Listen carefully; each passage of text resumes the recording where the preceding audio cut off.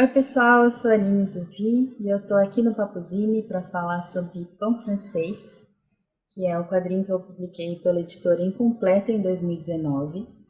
E eu agradeço muito o convite do Carlos para falar sobre o Pão Francês. Tinha um tempinho já que a gente estava combinando para falar dele aqui. E eu aproveito também para dizer que o Pão Francês está concorrendo ao HQ Mix esse ano na categoria Roteirista Nacional.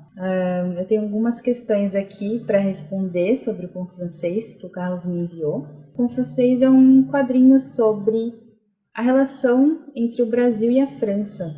É uma mistura de quadrinhos e diário de viagem. O pessoal da Incompleta fez uma edição bem legal, com uma mistura de papéis também.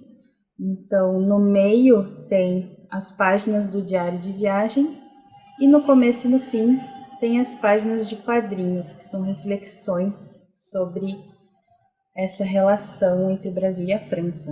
Bom, eu sempre me interessei em produções de conteúdo que abordem relações interculturais, seja filme, canal do YouTube, quadrinhos, literatura. Eu costumo consumir bastante esse tipo de conteúdo e eu sempre quis produzir algo parecido, mas eu acabei nunca tendo essa oportunidade, assim. No começo, na verdade, eu até estava pensando em fazer um quadrinho sobre a relação entre o Brasil e a Irlanda, na verdade, porque a Irlanda é um país que eu gosto muito também. Mas acabou que esse projeto não foi para frente e com o tempo eu acabei me aproximando mais do contexto francês. Eu acabei, antes de fazer quadrinhos, eu era professora de francês, acabei trabalhando com tradução, então algumas ocasiões me fizeram viajar para a França recentemente e acabei pensando, bom, nessas últimas vezes que eu fui para a França, eu já estava indo com um olhar de desenhista, que é algo que eu não tinha antes, mesmo quando eu já tinha essa vontade de produzir algo nesse sentido.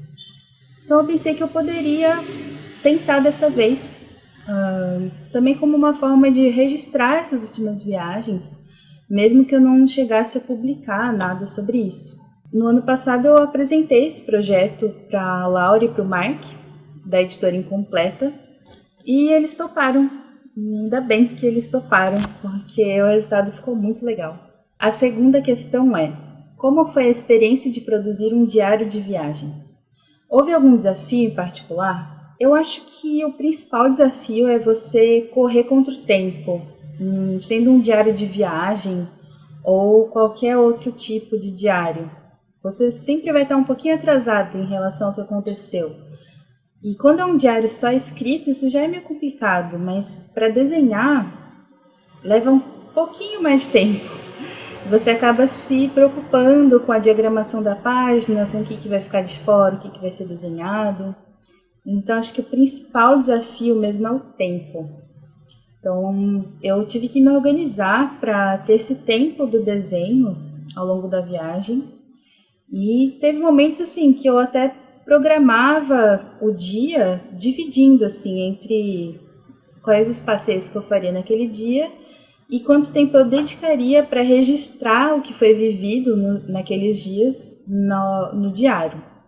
E é claro que, assim, todo planejamento vai ter as suas falhas, né? Teve dias que eu não desenhei e a gente achou importante registrar isso também. Tem páginas do diário que estão no Pão Francês que só tem o título do evento e não tem mais nada. Porque a gente achou interessante ter esse realismo, assim, não é todo dia que você vai conseguir registrar o que aconteceu, né? É importante aceitar esse desafio e também continuar levando isso quase como uma brincadeira, sabe? Porque se vira obrigação, a inspiração para desenhar vai sumindo. Então eu acho que o principal é manter a leveza, assim, para fazer esse diário, com alguma organização, claro, algum planejamento para não perder... para perder o mínimo de dias possível. E também tem outra questão, que é a memória, né? Então, assim, tem nomes de pratos, cidades, ou pessoas que você encontrou que às vezes você acaba não lembrando. Aí depois você tem que pesquisar, inventar, ou você vai escrever errado porque tá num idioma que não é o seu. Então, você tem que aceitar essa parte também, que fazer diário envolve muita reconstrução das coisas também. Eu sempre gostei de produzir diário, seja de viagem ou sobre outros assuntos, diário normal mesmo. E eu acho interessante ler esse tipo de produção também. O meu mestrado acabou sendo sobre autobiografia, né? Então acho que me interessa como as pessoas processam as informações vividas, como elas escolhem registrar o que passou. Então, assim, meu primeiro contato mais próximo com esse tipo de produção foi por autobiografias em quadrinhos mesmo. Eu acabei pesquisando no mestrado as obras da Alison Bechdel. Até falei sobre isso aqui no Papuzine com o Carlos, sobre o From Home. Por mais que não haja nesses trabalhos diários de viagem específicos, o tema do diário também está lá nessas produções, né? E enquanto leitor, eu sempre tento ficar de olho no que sai sobre esse tema, principalmente se for em formato de zine ou quadrinhos. Alguns exemplos são o Carnet de Voyage, do Craig Thompson, que é o autor do Retalhos, os quadrinhos do Guy Delisle, que não são exatamente sobre viagem, né? Ele fala sobre lugares onde ele morou, mas carregam também esse tema que me interessa, que é um registro de conflitos culturais, de comparações entre duas culturas. Tem o Zine Faro France, da Giovanna Medeiros, que é muito divertida, um mochilão que ela fez com algumas amigas. Acho que ela vai para 9 países, se não me engano. E o French Milk também, da Lucy Nisley. Eu acho que é assim que fala o sobrenome dela. A Lucy Nisley foi publicada pela Nemo, mas não esse álbum French Milk, que é um quadrinho sobre uma viagem dela para a França também, acho que só para Paris que ela foi. A quarta questão é: como tem sido a sua vida de quadrinista durante a pandemia? Bom, acho que no começo eu pensei o que muitas pessoas devem ter pensado também, que é: nossa, eu vou ter muito tempo para desenhar, agora que eu vou ficar em casa. E assim, a gente sabe o que aconteceu depois também, né? Bate aquela depressão pandêmica e alguns quadrinistas ficaram na produção frenética, outros ficaram meses sem desenhar. Eu acho que eu fiquei no meio termo entre esses dois. Eu fiquei um tempo sem desenhar, mas aprendi a respeitar o meu ritmo. Eu tentei desde o começo assim, cuidar o melhor que eu pudesse da minha saúde mental, então fui tentando me adaptar a atividades online. Eu me envolvo muito com trabalho relacionado a ensino, então dei uma oficina de quadrinhos online no Lugar de Ler, que é um espaço aqui de São Paulo, direcionado a oficinas culturais. E eu li bastante, estudei, aproveitei. Nos dias que eu não conseguia desenhar, aproveitei para tentar melhorar algumas questões teóricas sobre quadrinhos, sobre roteiro.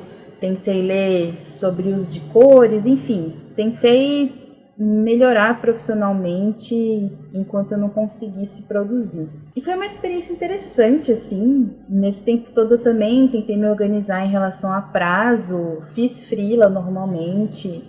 Estou fazendo o meu livro para quadrinhos na CIA, enfim, estou fazendo a graphic novel Pigmento, né? E então tudo foi entrando nesse novo ritmo, assim, que a gente sabe que não tem nada de normal essa nova situação, mas a gente vai tentando se adaptar do jeito que dá, né? E o importante é não ter nenhum tipo de julgamento com a forma como cada artista vai se adaptar a essa situação, né?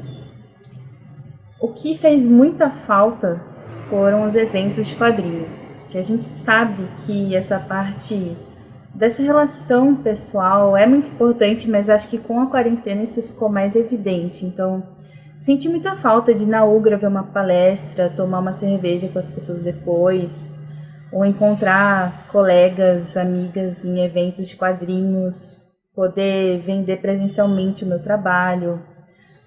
Acho que ficou muito claro para mim que essa troca pessoal ela é insubstituível, né? Eu acho que o que foi muito positivo, se dá para pensar que alguma coisa nessa pandemia foi positiva, foi essa troca que deu para fazer com artistas de outras partes do Brasil, né, por meio das lives, ou, por exemplo, também quando eu dei essa oficina de quadrinhos, foi muito interessante poder dar aula para quem não estaria presente se a aula fosse fisicamente em São Paulo, né? Então, acho que essa troca mais próxima com quem está distante foi interessante. Mas, assim, nada substitui esse contato, né, pessoal, que a gente está muito ansioso para que volte. Vem vacina e, enquanto isso, a gente vai levando o melhor possível, né? Então, é isso, gente. Eu quero agradecer de novo ao Carlos e ao Papuzini por poder falar um pouco do pão francês aqui. E se vocês tiverem interesse em conhecer, eu vou pedir para o Carlos colocar na descrição do vídeo os pontos de venda onde o pão francês pode ser encontrado. Então, por exemplo, vocês podem encontrar o pão na Ugra, na Loja Monstra, na Itiban, na Banca Tatuí e em vários outros cantos do Brasil. Então, confiram aí a lista. E muito obrigada, valeu e até a próxima!